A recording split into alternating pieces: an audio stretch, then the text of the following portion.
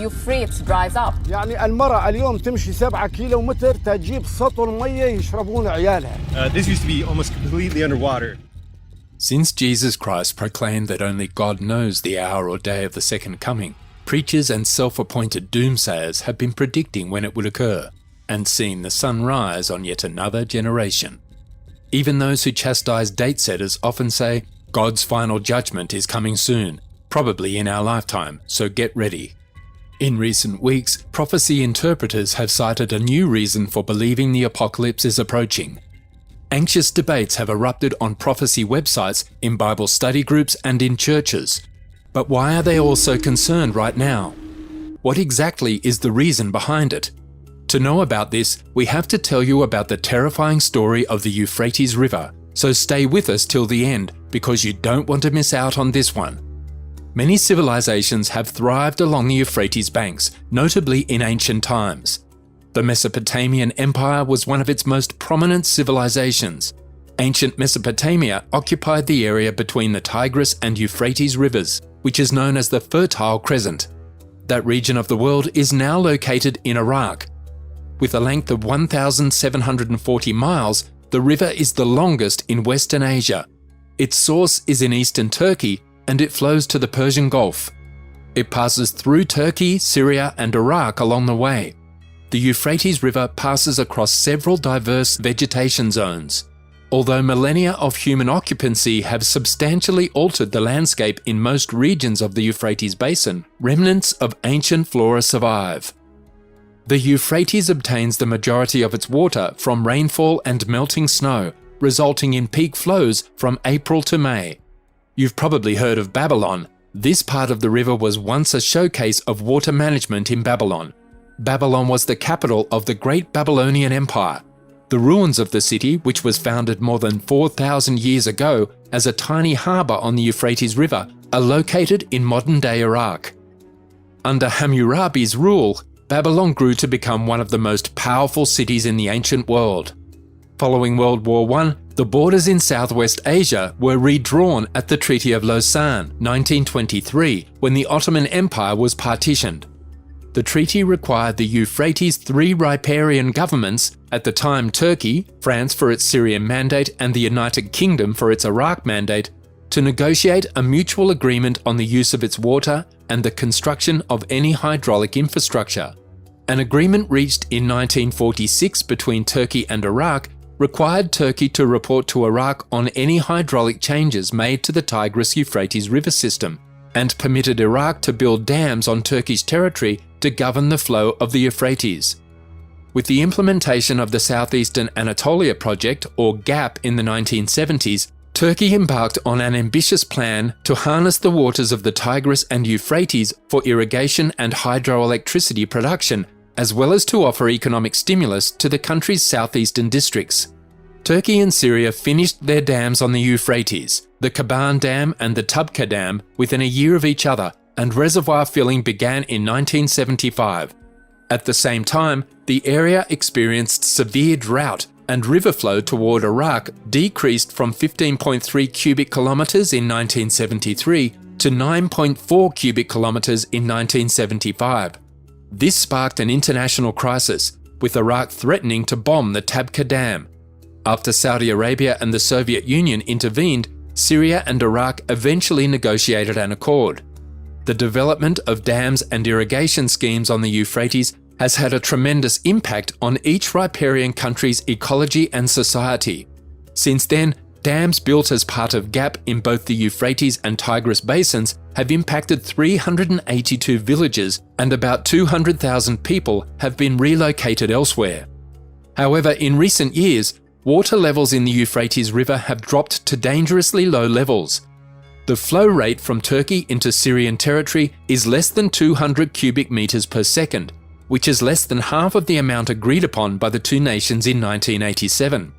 Recent photographs taken along the Euphrates River's banks show that a substantial portion of the river has dried up. These places, which were formerly vital to the region's survival, have now devolved into desert lands. Images obtained at the Rojava Dam, Tishrin, Syria's second largest dam on the Euphrates River, reveal that the river's waters have substantially fallen. The Turkish state, which has been exploiting the Euphrates as a weapon against the Syrians for years, effectively cuts off the flow of water into Iraq and Syria. Turkey is supposed to deliver 500 cubic meters of water per second to Syria, according to the agreement struck in 1987 between the administrations of Damascus and Ankara. However, the invading state is not abiding by the agreement, now delivering barely 200 cubic meters of water per second. The negative consequences of diminishing waters are clearly seen on the land. Water levels in Syria's dam lakes have plummeted as a result of the water cuts, while electrical output and supply to the region have reduced. Furthermore, the amount of agricultural land on the Euphrates banks is shrinking. Most critically, access to safe drinking water has grown increasingly problematic. This scenario is producing serious health issues.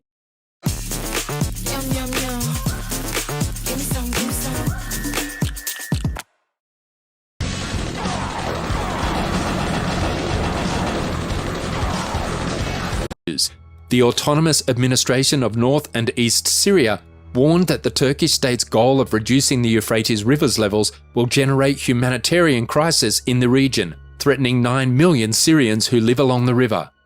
The dam's administration of North and East Syria have urged the international community and human rights organizations to put a stop to Turkey's provocative actions.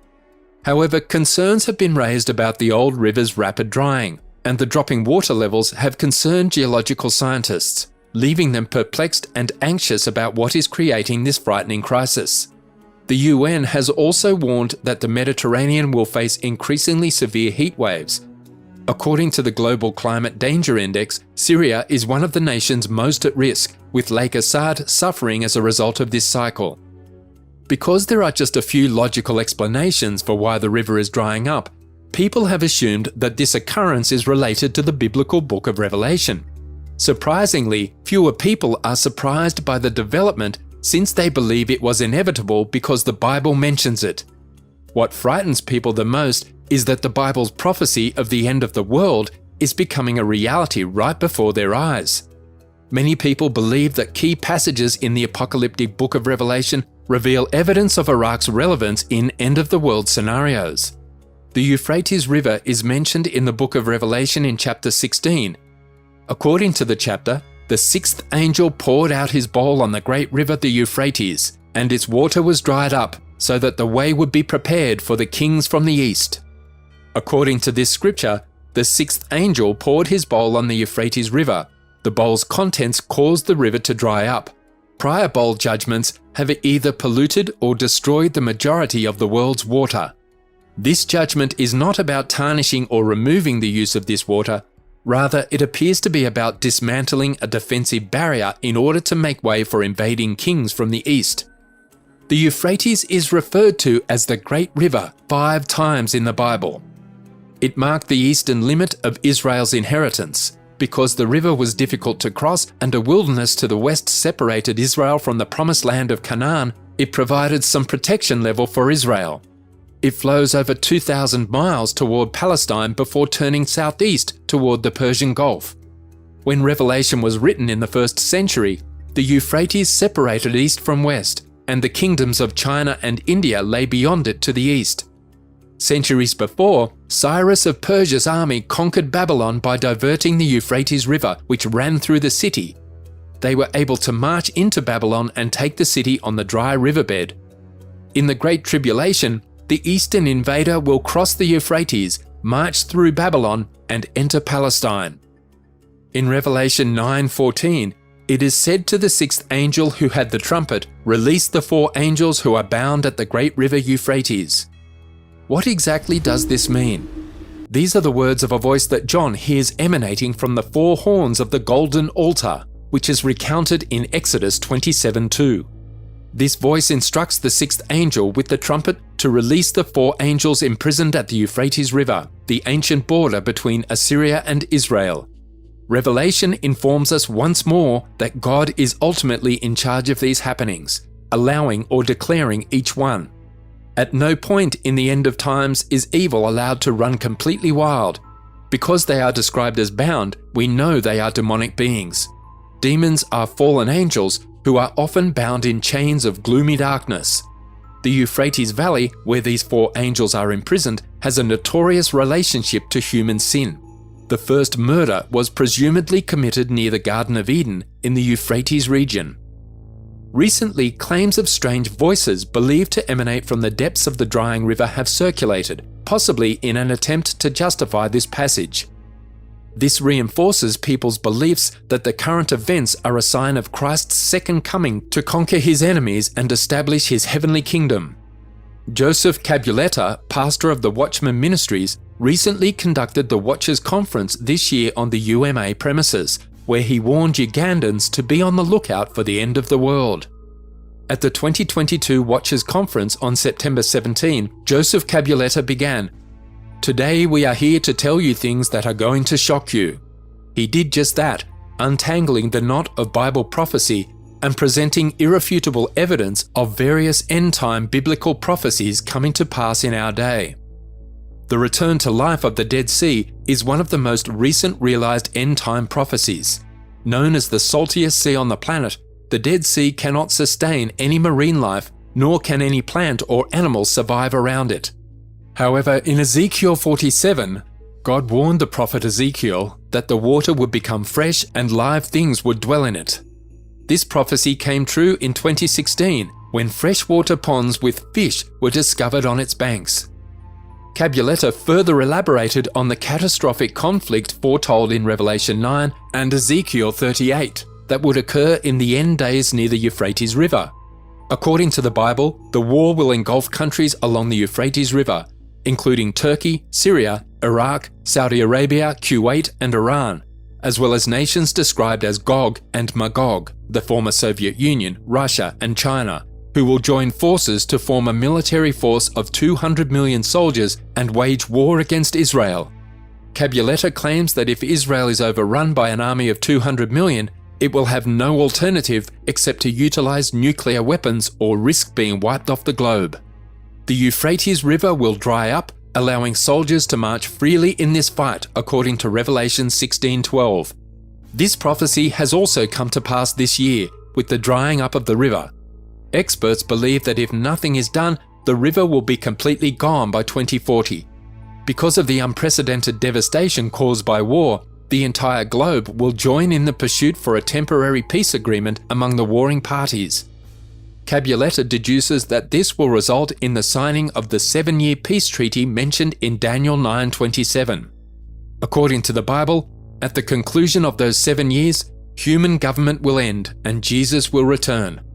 People have begun to express their concerns, stating that they never expected to see revelations genuinely make sense. While the most compelling theory about the river is with biblical prophecy, other hypotheses connect current events along the Euphrates to political ambitions and climate change. What do you believe is going on? Is the river drying